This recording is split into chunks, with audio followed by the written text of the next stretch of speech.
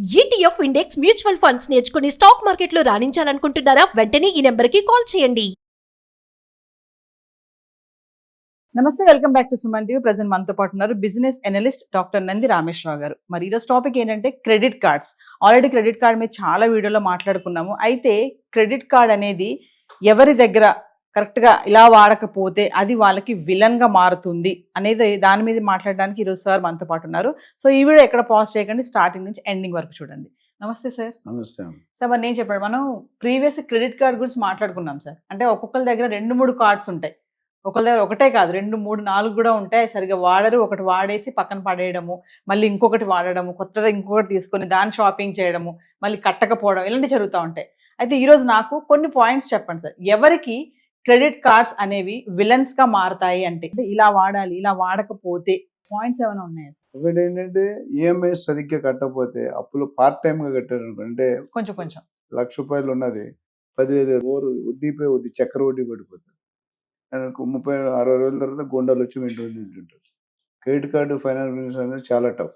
అదేవిధంగా అన్వాంటెడ్ ఖర్చులు, లగ్జరీ అంటే కార్డు ఉంది కదా అని వాడడం. ఇది వాడితే పర్లేదు.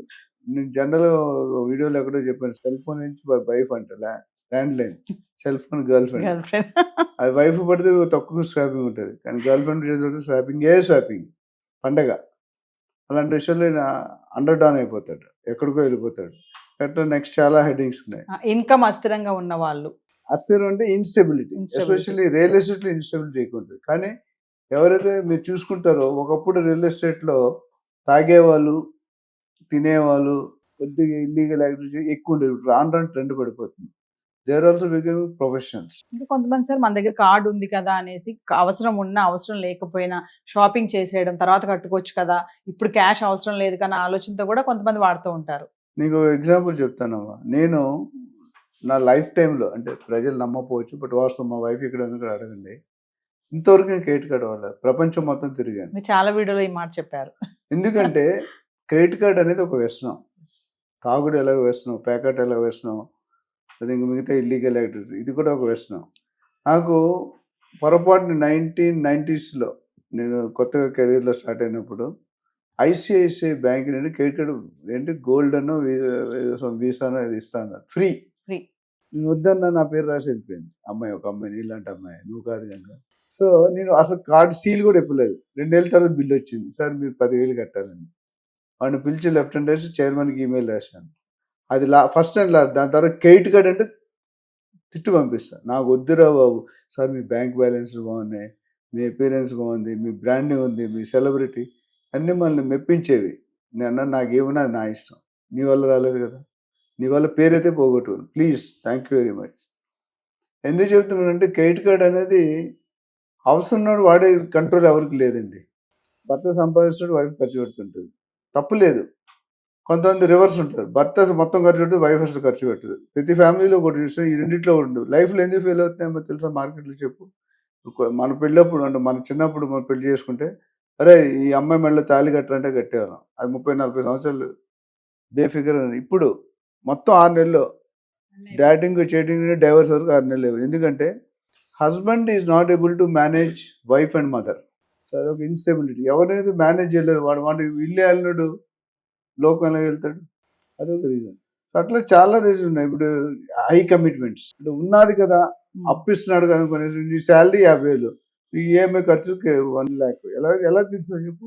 50,000 తినాలి, బతకాలి కదా. నేను అందుకని ఏం చెప్తానంటే, ఎవరికైనా శాలరీ ₹1,00,000 నీలాగా వస్తే, నీలాగా అని చెప్పాను, ₹1,00,000 వస్తే 40% వరకు ఈఎంఐస్ పెట్టుకోవచ్చు, 60% ఖర్చులు తీసేయాలి.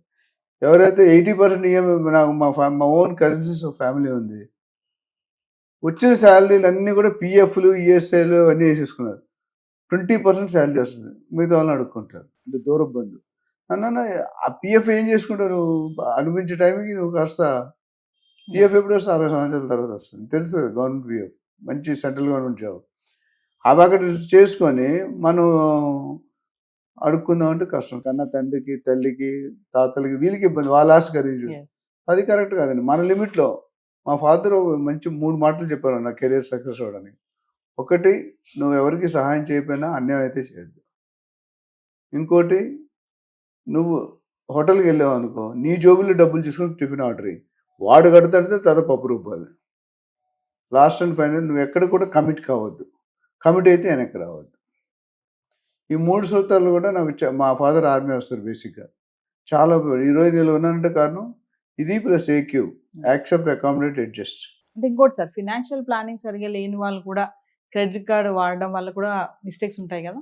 అసలు అన్ని నాకు చిన్న ఎగ్జాంపుల్ ఉన్నాయి. ఎవరైనా ఫోన్ చేస్తారు, సార్ మీరు ఇంత పెద్ద కంపెనీ నడిపారు, ఇన్ని వేలు వీడియోస్ చేశారు, మీకు ఎంత టైం ఉంటుంది సార్, ఎవడు మీటింగ్ అయినా టైం ఇస్తారంటే ప్లానింగ్ నేను టైం ఇవ్వడు, ప్లానింగ్ ఉన్నట్టు నువ్వు ఫోన్ చేసావు వచ్చామని చెప్పావు కదా, ఆ టైంకి అవైలబుల్ ఉన్నాను లేదా, 5-10 నిమిషాలు ఇటు అటు. సో ఇక్కడ ప్లానింగ్ ఎవరికైతే లేదో వాడు స్టేబుల్గా ఉండలేడు. ఎందుకంటే వచ్చేది తక్కువ, పోయేది ఎక్కువ. ఇన్ఫ్లో ఎప్పుడు కూడా ఎక్కువ ఉండాలి, అవుట్లో తక్కువ ఉండాలి. ఎప్పుడైతే రివర్స్ అయిందో నీ లైఫ్ కూడా రివర్స్ అయిపోయింది. కట్టుకునే భార్య కూడా నేను పట్టించుకోదు. సో వ్యూవర్స్, మరి విన్నారు కదా, క్రెడిట్ కార్డ్ గనక ఇలా వాడితే, ఇప్పుడు సార్ చెప్పినటువంటి పాయింట్స్ అన్ని నోట్ చేసుకోండి. ఇలా గనక వాడారా ఖచ్చితంగా అది మీకు విలనే కూర్చుంటుంది. మరి జాగ్రత్త. Thank you sir. Thank you.